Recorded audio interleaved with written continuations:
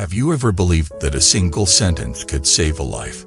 That a few quiet words, spoken from a place of truth, could pull someone out of despair and guide them back to light? Do you think it's possible that wisdom doesn't need 1,000 pages but sometimes just 3 lines? Welcome back to our channel. I'm grateful you're here, because today's story is not just about lying, it's about transformation. We're going to dive deep into the life, heart, and mind of one of the most profound spiritual masters of the modern age, Master Hongyi, also known in his earlier life as Li Shitong. His 3 sentences is so simple on the surface, have become life lessons for people standing on the edge of hopelessness, confusion, or despair. Today, we are not just examining quotes. You're entering the world of one man's spiritual journey, the man who walked away from wealth, fame, and worldly glory to embrace simplicity, silence, and truth. His journey, his decisions, and especially his words, have touched millions. At the end of this video, you might find that his words are not just for others, that they are for you, right here, right now. Let's begin with his first sentence. He once said, "Buddhism offers humanity a path to heal the fundamental suffering of impermanence. For me, there is no path more meaningful than practicing according to its teachings." First glance, you might read this as philosophy, but pause, please, sit with it. What does it mean to heal the fundamental suffering of impermanence? We live every day pretending things will last. We hold on to people, jobs, youth, health, status as if they will remain forever. But the truth is, they don't. Everything changes, everything ends, and for most of us, this truth is terrifying. We fight it, we deny it, we suffer because of it. Master Hongyi didn't just talk about impermanence. He lived it. He was once a celebrated artist, a playwright, a musician, a pioneer of modern Chinese art. He wore suits, attended galas, and influenced a generation of creative minds. But somewhere inside, he knew this is not the end. There is more. There is something deeper than applause. So, at the peak of his fame, he shaved his head, gave up his possessions, and became a monk. Not because he was tired of life, but because he had tasted it all and found it lacking. He was not running from the world. He was walking toward truth. His sentence is not just advice, it is a call to courage. The courage to look at life and say, I see the endings, I see the losses, and I will not run from them, will understand them, will use them to wake up.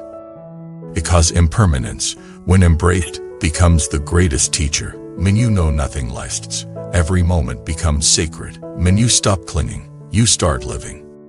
The second sentence he left us is this. I love the ethereal stillness that arises while chanting sutras. In those moments, I feel a deep peace and equality. This is not poetic decoration. It is spiritual revelation. In a world that demands noise, speed, and performance, Master Hongyi invites us into silence. Have you ever chanted, not mechanically, but with your whole being? In chanting, the mind stops chasing, the heart quiets, the breath slows, and suddenly, you are not rich or poor, strong or weak. You are simply a presence. Chanting dissolves identity. It humbles the ego. It opens the soul. When Master Hongyi chanted, he wasn't performing. He was returning to a state before thought, before judgment, before striving. And in that return, he found equality, and not in law, but in spirit. Because in that moment, all beings are equal, the king and the beggar, wise and the ignorant. In the sound of a sacred verse, all illusions of separation dissolve. That's why chanting is more than ritual. It is medicine. It heals what words cannot reach. It purifies emotions we don't even understand. And most of all, it connects us to each other, to the present, and to something greater. I once met a woman who had lost everything: her child, her husband, her home. She told me that for months, she didn't speak. She didn't eat properly. She didn't want to live. One day, she stumbled into a temple. She didn't know why. She sat in the back and heard chanting. For the first time in months, she cried, not from pain, but from release. She said, I didn't understand the words, but I felt the truth. That's the power Master Hongyi is pointing to. Not in theory, but in experience. And now, the third sentence, perhaps the most beautiful of all. True seeker of the path, as long as spring lives in their heart, does not need worldly pleasures to feel joy. For them, everything in the world becomes a source of happiness. This is the heart of freedom. This is the treasure of the path.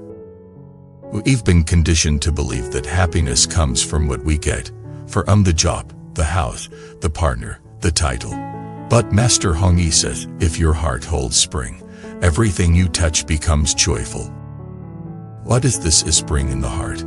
It is the spirit of awakening. It is a mind rooted in kindness, clarity, and wonder. It is the ability to see beauty not because it is rare, but because you are present. When spring lives in your heart, a cup of tea becomes a miracle, walk becomes a prayer, silence becomes music. You don't chase experiences, you experience what's already here. And perhaps the most revolutionary part, you no longer suffer from deprivation, because your joy is not taken from the world, it is given from within. Once knew a man who lived in a single room. He had no car, no internet, no entertainment. But when I visited him, I felt like I had stepped into a sanctuary. He cooked meals with reverence. He cleaned his room like a meditation. And when he smiled, you knew it came from somewhere deep and unshakable. Asked him once if he was lonely. He said, when you become your own best friend, the whole world feels like home. That is what it means to have spring in your heart. Master Hongyi's life was not easy. He gave up comfort, lived a austere life, slept little, ate even less, but his eyes sparkled, his voice calmed, his presence inspired. He didn't just teach Dharma, he embodied it. And now, decades later, his 3 sentences continue to ripple across generations, saving lives, opening minds, softening hearts. Because they aren't just words, they are keys. Keys to unlock the chains of illusion. Keys to release us from the prison of comparison and craving. Keys to remind us, this is not out there. It's in how you see, how you speak, how you live. So, my dear friend, what about you? What is the sentence that has saved you? What truth shook you awake? Have you ever felt the stillness of chanting, the freedom of inner spring, the courage to face impermanence? If not yet, then today can be the beginning. Start by breathing and noticing, appreciating. Speak less. Listen more. And not just with your lips, but with your heart. And when suffering comes, and it will face it, if eyes open, if the heart unafraid. That is what Master Hongyi invites us to do. Not escape life, but enter it fully, lovingly, truthfully. Invite you now to share in the comments below. Which of these 3 sentences speaks to you the most? Why? And if you've been touched by the life or teachings of Master Hongyi, tell us your story. Let your light reach someone who needs it. If this video offered you insight, comfort, or clarity, please like it, subscribe to our channel, and consider becoming a member to support this sacred space.